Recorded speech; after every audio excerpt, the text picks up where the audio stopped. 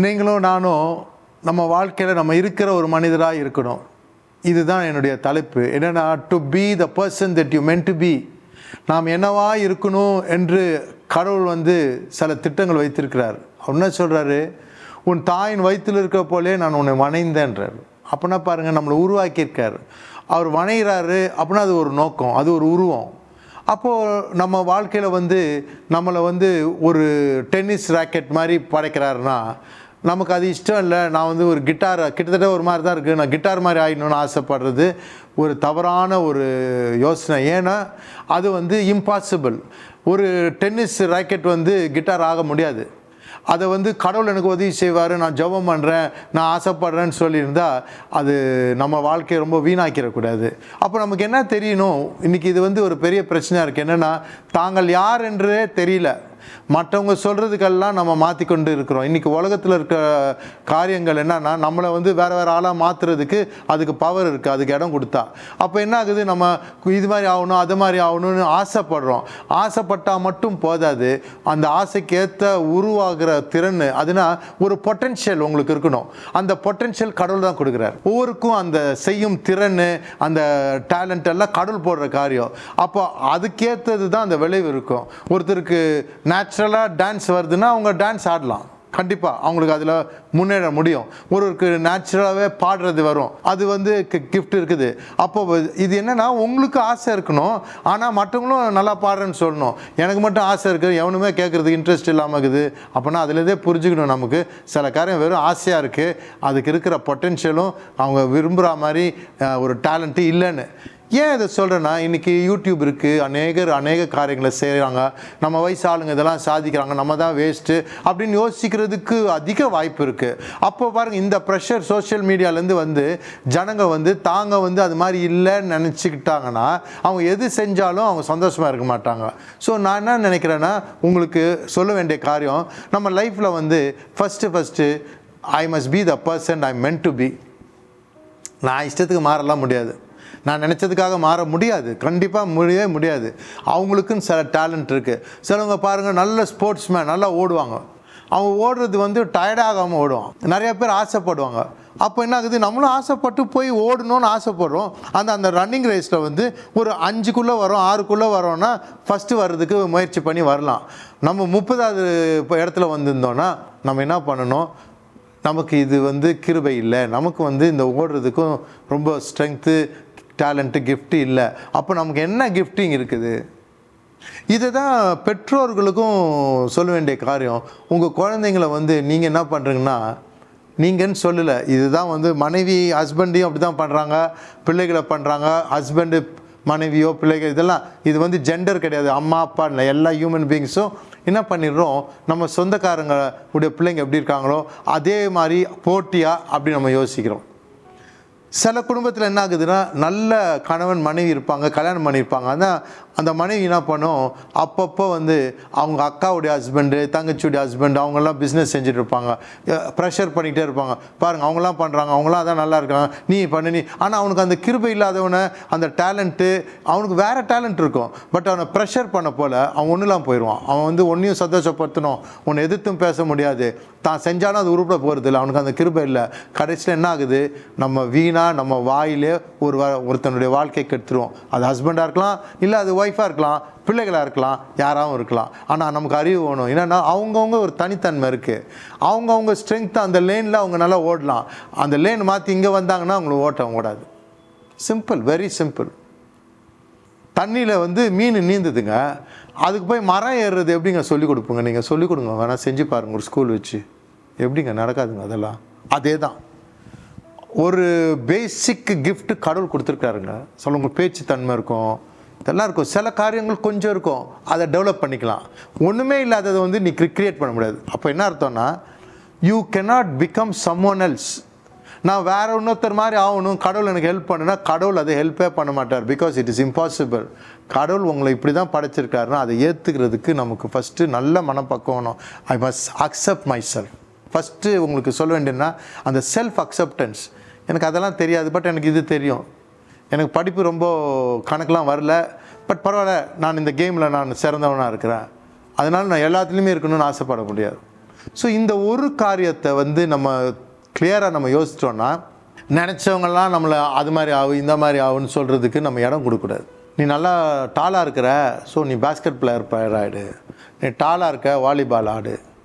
நான் எல்லாம் ஆடினேன், ஸ்போர்ட்ஸும் ஓடினேன், இன்டர் ஸ்கூலில் 3வது வந்தேன். ஆனால் அதுக்கு மேலே நம்மளுக்கு புல்லிங் இல்லை, நமக்கு இன்ட்ரெஸ்ட் இல்லை, அதை விட்டு வெளியே வந்தேன். எனக்கு மியூசிக்கு, ஆனால் யாரும் எனக்கு தலையிடல, இதை செய் அதை செய்யன்னு ப்ரெஷர் பண்ணல. அது தேங்க்ஃபுல் ஃபார் தேட். ஆனால் ஆசை இருக்கும், எல்லாருக்குமே ஆசை இருக்கும், தப்பு கிடையாது. எல்லோரும் ட்ரை பண்ணி பார்க்கணும், பார்த்துட்டு நம்மளே டிசைட் பண்ணணும். மற்றவங்க சொல்லுவாங்க, நமக்கு தெரியும் இதில் வந்து நமக்கு இவ்வளோ பண்ண முடியும், இது பண்ண முடியல. மற்றவங்களுக்கு நல்லா இருக்காங்க, very happy, but they can do what I am doing. அப்படி போல் நமக்கு இருக்கிற கிஃப்டிங்ஸு, நமக்கு இருக்கிற டேலண்ட்டை, நம்ம டேலண்ட் எப்படி நமக்கு தெரியும், நமக்கும் தெரியும், மற்றவங்களும் வாயில் சொல்லுவாங்க. நீங்கள் உங்கள் ஃப்ரெண்ட்ஸு பேசுகிறதுலே தெரிஞ்சிடும். அவன் கிண்டல் பண்ணுறானா, அவன் அப்ரிஷியேட் பண்ணுறானா, ஏய் பரவாயில்ல இது சூப்பராக செஞ்சுடா, நீ நல்லா பண்ண அப்படின்வான். அப்போ அவன் வாயிலேருந்து அவங்க கண்ணில் வந்து அது நல்லா திறமை வெளிப்படுது. இதெல்லாம் நமக்கு தெரியும். People can also notice your potential, not only you, they also will acknowledge. நான் மட்டும் ஆசை பண்ணி நான் இதை செய்யணும்னு ஆசைப்பட்டு யாருமே அதை மதிக்காமல் போகுது, யாருமே ஒரு டேலண்ட்டே இல்லைன்னு ஒருத்தன் கூட அப்ரிஷியேட் பண்ணலன்னா, நம்ம அடுத்த லேன் மாற்றிக்கிறதுக்கு ஞானமாக இருக்கணும். இதில் என்ன பியூட்டினா, நமக்கு என்ன இருக்கோ அதை வந்து நம்ம அக்செப்ட் பண்ணுறது மட்டும் இல்லை, அதை ஒரு செல்ஃப் ரிஜெக்ஷன் பண்ணக்கூடாது. அதை பெருமையாக யோசிக்கணும், அது குறைவாக யோசிக்கக்கூடாது. நீங்கள் பைபிளில் கூட பாருங்களேன், தாவீதுன்னு ஒருத்தர் இருந்தார். கொலையாத்துன்ற ஒரு ஜெயண்ட்டு, அந்த ஒரு பெரிய அவ்வளோ டால் உருவமான ஜெயண்ட்டை நான் தோக்கடிச்சிடுறேன், அவனை வென்றுவேன்ட்டு போகிறார். போல் அந்த சவுலுன்னு ஒருத்தர் இருக்கிறார். அந்த சவுல் ராஜா வந்து கொஞ்சம் அவருக்கே வந்து கொஞ்சம் கான் கேஸு, நான் அதுக்கு பேய் பிடிச்ச கேஸு, அதுக்கு மைண்டு சரியில்லை. கடைசியில் பாருங்கள், அது லைஃப்பெல்லாம் சூசைட்லாம் பண்ணிச்சு. இதுதான் அவருடைய கதை. இவர் வந்து ஆலோசனை வர்றார். எங்கள் ஆலோசனைன்னு சொல்ல போல் கொஞ்சம் கேர்ஃபுல்லாக இருக்கணுங்க. எல்லாம் வாட்டர் கேஸுங்களாம் ஆலோசனை பேசுவாங்க, எல்லாம் பேசுவாங்கங்க, எல்லாத்தையும் ஏற்றுக்கூடாது. நமக்கு தெரியணும் எது செய்யணும் எது செய்யக்கூடாது. எல்லாரையும் அங்கே தான் you have to accept your self. If you reject your self, அப்போ நீயே வந்து ஷுவராக இல்லாமல் மற்றவங்க என்ன சொல்லுவாங்க, மற்றவங்க சொல்கிறது கேட்கலாம் தலையாட்டினா எல்லோரும் நம்ம மிஸ்லீட் பண்ணிட்டு போயிடுவாங்க. அவங்க எல்லாம் சொல்லலாங்க, எல்லோரும் சொல்லலாம், everybody has a right to tell, but I have the right to decide what I should do. கரெக்டாக? ஸோ இந்த சவுல் பாருங்கள், இந்த ராஜா என்ன சொல்கிறார், நீ போறியா, அப்போ என்னுடைய ஆர்மரெல்லாம் எடுத்துகிட்டு போன்றார். அந்த ஆள் வந்து யோசனை இல்லாத மனுஷன். அந்த பையன் சின்ன உருவம், இந்த ஆள் 6 அடிக்கு மேலே சவுல். இது ஃபிட் ஆகாது, ஹெல்மெட் ஃபிட் ஆகாது, ஒன்றும் ஃபிட் ஆகாது. இந்த ஆளுக்கு கரெக்டாக சொல்லிட்டாரு, இதுக்கு எனக்கு செட் ஆகுது, இது எனக்கு பழக்கம் இல்லைங்க, என் பழக்கம் எதில் நான் கான்ஃபிடென்ட் ஆகுறேனோ அதிலே போகிறேன்னு நான் கூழாங்கலும் கவனோட போகிறான். இவர் கொடுத்த ஆர்மர் எல்லாம் நமக்கு செட் ஆகுது. ஏன்னா அவனுடைய ஸ்ட்ராட்டஜி ஆஃப் வார் டிஃப்ரெண்ட்டு. இந்த ஆளை கிட்ட போய் சண்டை போட முடியாது, குஸ்திலாம் போட முடியாது, ஈட்டிலாம் போட முடியாது. தூரத்தில் கல் வச்சு அடிச்சிட்டான். ஒரு சாதாரண ஒரு அணில் அடித்து சாவடிக்கிற மாதிரியே கல் வச்சு அடிச்சு விட்டான், கூழாங்கல் வச்சு. அவன் ஜீனியஸ். அவர் கடைசி வரைக்கும் அவர் ஜீனியஸ். வயசான காலத்துலையும் டேவிட் வாலிப பசங்கள்லாம் கலடா பண்ணால் கூட வாருன்னு வரப்போல் டேவிடுடைய ஐக்யூ இஸ் டோட்டலி டிஃப்ரெண்ட். சாலு பக்கமே நெருங்கி பேசி ஒட்டி கூட யோசிக்கக்கூடாது. எப்படி ஒரு மிருகத்தை சண்டை போடுறது, எப்படி ஒரு சிங்கத்தை கிழிக்கிறது, எல்லாம் குஸ்தி போட்டு பண்ணியிருக்கான் மனுஷன். ஆனால் கோலியாத் வர போல் ஸ்ட்ராட்டஜி மாற்றுறாரு. இப்போ எதுக்குன்னா, he's confident about his skill. உங்கள் ஸ்கில் வேணாம், உங்கள் எக்ஸ்பர்டைஸு, நீங்கள் வாரெலாம் வச்சுட்டு, ஏன்னா அவங்க தான் வேஸ்ட்டு, 40 நாள் ஒன்றும் செய்யாமல் இருக்கிறானுங்க, இவன் என்னத்துக்கு அட்வைஸ் பண்ணணும், எனக்கு தெரியும் என்ன செய்யணும். That kind of a confidence. திமிர் கிடையாது. கான்ஃபிடென்ஸோட பேச போல் அவனை திமிருன்னு சொல்ல முடியாது. நிறையா பேருக்கு ஒன்றும் புரியாது, திமிருன்னு வாங்க. திமிர் கிடையாது சார். ரொம்ப நல்ல கான்ஃபிடென்ட் பர்சனாக இருக்கவன் ரொம்ப எல்லாத்தையும் சட்டை பண்ணிகிட்டு இருக்க மாட்டான். அவனுக்கு தெரியும் இதுதான் செய்வான். இன்றைக்கி நீங்களும் உங்கள் வாழ்க்கையில் ஒரு கான்ஃபிடென்ட் பர்சனாக வந்தால் தான், ஐயோ நம்மளை சுற்றி இருக்கிற ஆலோசனைக்கு வந்து பஞ்சமே இல்லை. ஃப்ரீ ஆலோசனை தான். எல்லாம் இப்படி பண்ணு, அப்படி பண்ணு, இப்படி பண்ணு, அதை பாடு, யூடியூப்பை பாருன்னு சொல்லுவாங்க. எல்லாம் இருக்கட்டும் சார், ஆனால் நான் என்ன பண்ண போகிறேன், என் பாதை ஒரு தனி பாதை எனக்கு தெரியும், அதில் நான் பர்சியூ பண்ணணும். இந்த ஒரு கான்ஃபிடென்ட் பர்சனாக வருது அப்படின்னா, ஃபஸ்ட்டு உங்களை அக்செப்ட் பண்ணிக்கணும். உங்களுடைய வேல்யூ தெரியாதவங்க நிறையா தடவை நம்மளை குறைச்சி பேசுவாங்க, கிண்டல் பண்ணுவாங்க, நக்கல் விடுவாங்க, எல்லாம் பண்ணட்டுங்க. எல்லாம் பேசிட்டோம், பரவாயில்ல, அதெல்லாம் ரொம்ப நம்ம சட்டை பண்ணக்கூடாது, அப்செட் ஆகிடக்கூடாது. ஆனால் நமக்கு தெளிவாக தெரியணும், நமக்கு கிஃப்டிங் என்ன இருக்குது, இதெல்லாம் இருக்குது, இதை நம்ம சரியாக பண்ணால் நல்லா வரும்னு. ஸோ ஃபஸ்ட்டு நம்மளை அக்செப்ட் பண்ணலன்னா நம்ம என்ன பண்ணுறது, கஷ்டம். இந்த அக்செப்டன்ஸ் எப்படி சார் வரும்னா, உங்களுடைய வியூ ஆஃப் காட் அதில் தான் வருது. பாருங்கள், எதுங்க கனெக்ட் ஆகுது பாருங்கள். Your view of God is very very important for you to accept yourself. நம்ம ஜனங்களோட மூவ் பண்ணுறோம், நீங்கள் உங்களோடைய மூவ் பண்ணுறது, ஜனங்களுக்கு அவங்களே அக்செப்ட் பண்ணல, அவங்களே ஒரு பாரமாக்குதுன்னா மற்றவங்களோட எப்படி நீங்கள் அக்செப்ட் பண்ணி பழக போகிறீங்க? உங்களே நீங்கள் ஏற்றுக்கணும் first. You must be comfortable with yourself, then only you can be comfortable with others. இல்லாட்டா அன்இசீனஸ்ஸாக இருக்கும். ஸோ இந்த ப்ராப்ளம் கிடியன் ஒருத்தருக்கு இருந்துச்சு. அந்த கிடியன் ஆண்டவர் என்ன சொல்கிறார், போருக்கு போகிறதுக்கு முன்னால் நீ போ அப்படின்றார். இவர் என்ன சொல்கிறாரு, நான் ரொம்ப சாதாரண குடும்பத்தில் வந்துக்கிறேன், நான் என் குடும்பத்திலேயே கடை கொட்டி, எங்கள் கோத்திரம் சின்னண்டு, நாங்கள் எல்லாமே நெகட்டிவாகவே செல்லா காசாகவே இவர் பேசுகிறார், செல்லா காசு நான். ஸோ அப்போ ஆண்டவர் என்ன சொல்கிறாரு, நீ இருக்கிற மாதிரி போ, இதுதான் பாயிண்ட். நீ இருக்கிற பலத்தில் போ. நீ எக்ஸ்ட்ரா போய் சரிடா வாருக்கு முன்னால் 1 மாதம் கொடுக்குறேன், ஜிம்மில் போய் சேர்ந்து மசில்லாம் ஏற்றிக்கோ, அப்புறம் போகலாம், கூட கும்பலை சேரு, ஒன்றும் இல்லை. கடவுளுக்கு என்ன தேவை அதை யோசித்து பாருங்கள். இதை தான் கற்றுக்கணும். நீங்களும் நானும் என்னமெல்லாம் யோசிச்சுட்டு இருப்போம், இது இல்லை, இதை கேட்கணும், அதை கேட்கணும். உனக்கு கொடுத்த கிஃப்ட்டு கடவுள், அது போதும். அதோட கடவுள் சேர்ந்தாருன்னா நீங்களும் கடவுளும் சேர்ந்தால் நீங்கள் தான் மெஜாரிட்டி. அவர்னா இருக்கிற பலனில் நீ போ, அந்த அம்புட்டு பேரையும் ஒரு ஆள் அடிக்கிற மாதிரி ஒன்று அடிக்க வைக்கிறேன், நீ போய் அடிச்சிடுவேன், நீ எல்லாரையும் நான் உதவி செய்கிறேன்னு அந்த போரை வின் பண்ணார். நீங்கள் படிக்கணும், பைபிளில் ரொம்ப அழகாக இருக்கும். இப்போ நான் பேச வேண்டாம், அதில் என்னெல்லாம் நடந்துச்சுன்னு பாருங்கள், ஜட்ஜஸில் இருக்கும். இப்போது நம்ம லைஃப்பில் நம்மகிட்ட இருக்கிறத சந்தோஷமாக இருக்கணும். சில பேர் இல்லாததை கொச்சி பேசும், அது இருந்தால் எனக்கு இது நல்லா இருந்திருக்கும், அது இருந்தால் நல்லாயிருக்கும். வல்லவனுக்கு புல்லும் ஆயுதம் தான் சொல்கிறாங்க நம்ம பழமொழி. யாருக்குமே அந்த திறன் இருந்தால் போதும், இருக்கிறத வச்சு நீங்கள் சூப்பர் பண்ணலாம். ஆண்டவர் பார்த்திங்கன்னா சிம்சோன் ஒருத்தர் இருந்தார், ஒரு கழுதையுடைய தாடை எலும்பை வச்சு எத்தனையோ 1000 பேர் அடித்து சாக வச்சான் அந்த ஆள். அவனுக்கு மிஷின் கன்லாம் கிடையாது. ஸோ உனக்கு அப்போ என் மைண்டில் என்ன வேணும், God's strength is more than enough for me. So இந்த கடவுளுடைய கான்ஃபிடென்ஸ் எப்படி வரப்போகுதுன்னா, ஒரு காரியம், கடவுளுடைய பலனும் ஒத்தாசையும் நான் சம்பாதிக்க முடியாது. இங்கே தான் மிஸ்டேக் பண்ணுறாங்க நிறைய பேர். They want to earn, you can't earn, it's a gift. Thanks சொல்லி நம்ம வாய்ச்சிக்கணும், ஆண்டவர் கொடுத்ததுக்கெல்லாம் தேங்க்ஸு. இதை போய் சம்பாதிக்கிறதுக்கு நம்ம கடவுளுக்கு நான் இதை செஞ்சால் கடவுள் இது பண்ணுவார், கடவுள் எதுவும் பண்ண மாட்டார் அப்படிலாம். அங்கே கடவுளுக்கு கொடுத்து வாங்கி ஒரு வியாபாரம் மென்டாலிட்டி அங்கே நடக்காது. கடவுள் ஈவா செய்கிறாரு, உனக்கு ஒரு கிஃப்ட்டை கொடுக்குறாரு, அதை தேங்க்ஸ் சொல்லி வாங்கிக்கணும், அதை பெருசாக வச்சுக்கணும். ஸோ நம்முடைய மைண்ட் செட்டில் டிரான்சாக்ஷனாக யோசிச்சுட்டே இருந்தோன்னா அங்கேயே நமக்கு ப்ராப்ளம் ஆகிடும். அப்போ ஃபஸ்ட்டு கடவுள் என்னை இருக்கிற மாதிரி ஏற்றுக்கிட்டார், என்னுடைய சின்ன பலன் போதும், அவர் சேர்ந்துடுவார். என்ற குறைவுகளெல்லாம் நீங்கள் நினச்சா கூட 0 0 0 வைங்க சார், 5 0 போடுங்க, முன்னால் கடவுள் நின்றார், 1 வந்துச்சுன்னா டக்குன்னு வேல்யூ எங்கேயோ போயிடும். இந்த விசுவாசம் இருக்கும். அதுதான் ஆண்டவர் சொல்கிறார், என்னால் இல்லாமல் நீ ஒன்று செய்ய முடியாது. இயேசு சொல்கிறாருங்க, சும்மா இல்லை, you can do nothing without me.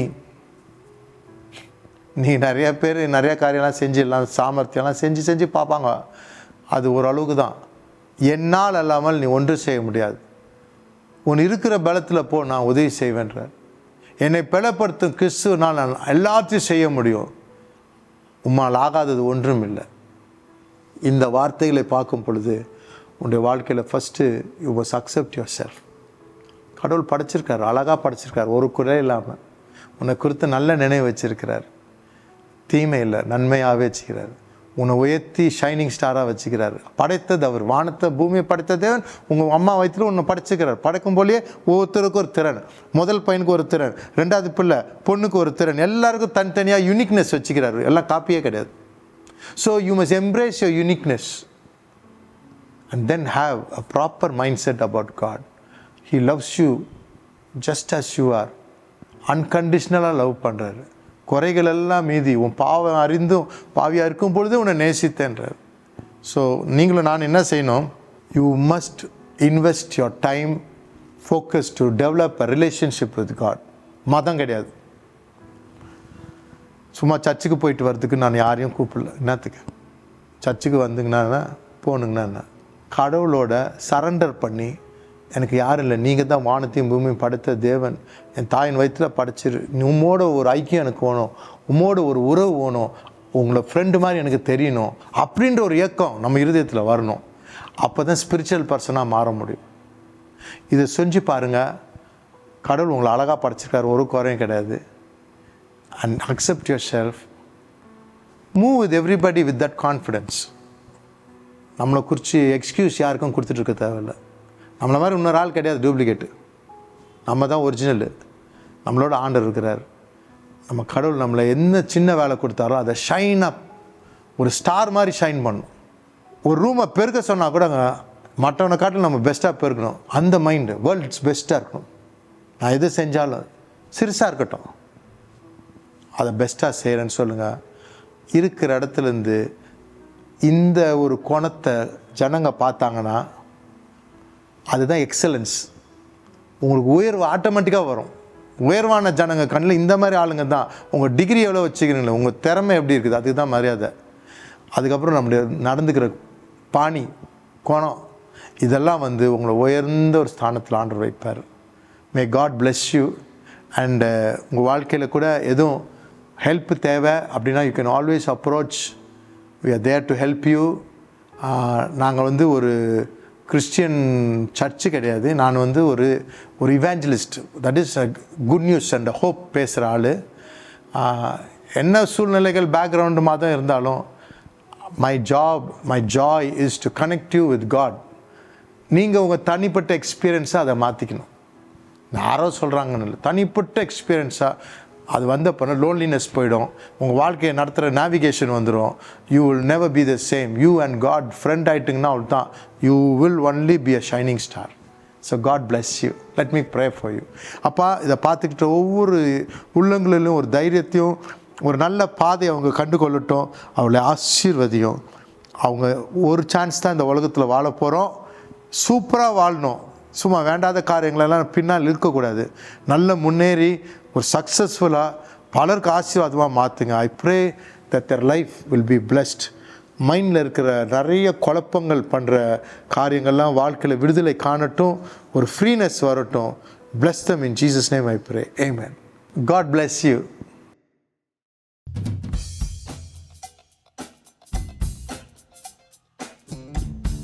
Come on.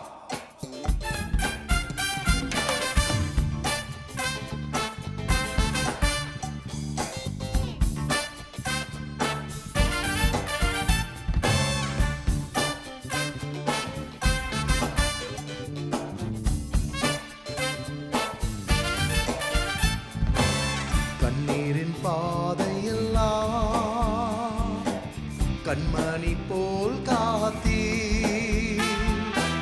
வெட்கத்தில் விழுந்திடாமல் கரத்தில் ஏந்தினீரே. கண்ணீரின் பாதையெல்லாம் கண்மணி போல் காத்தீ, வெட்கத்தில் விழுந்திடாமல் கரத்தில் ஏந்தினீரே.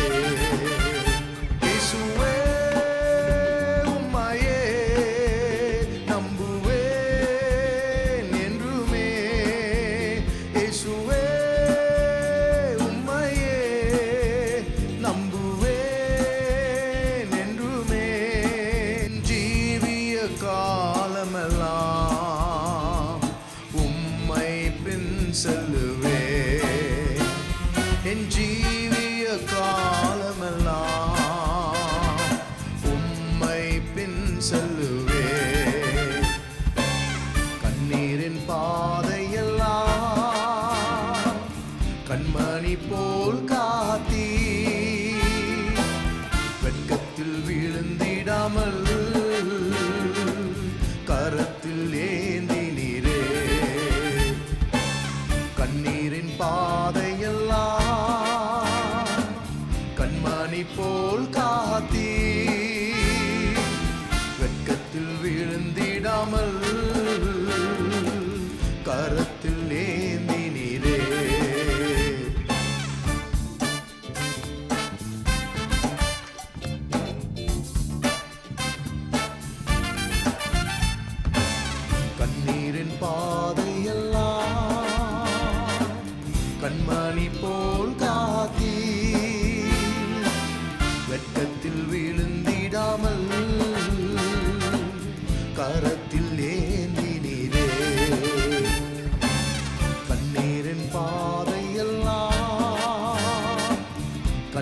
கனி போல் காத்தீ,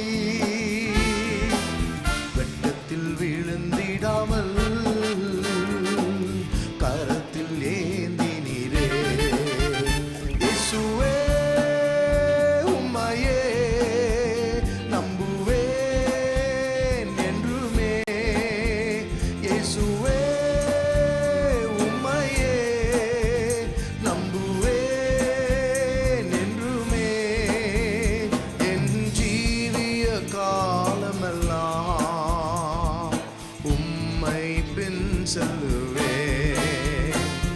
என் ஜீவிய காலமெல்லாம் உம்மை பின் செல்லுவேன்.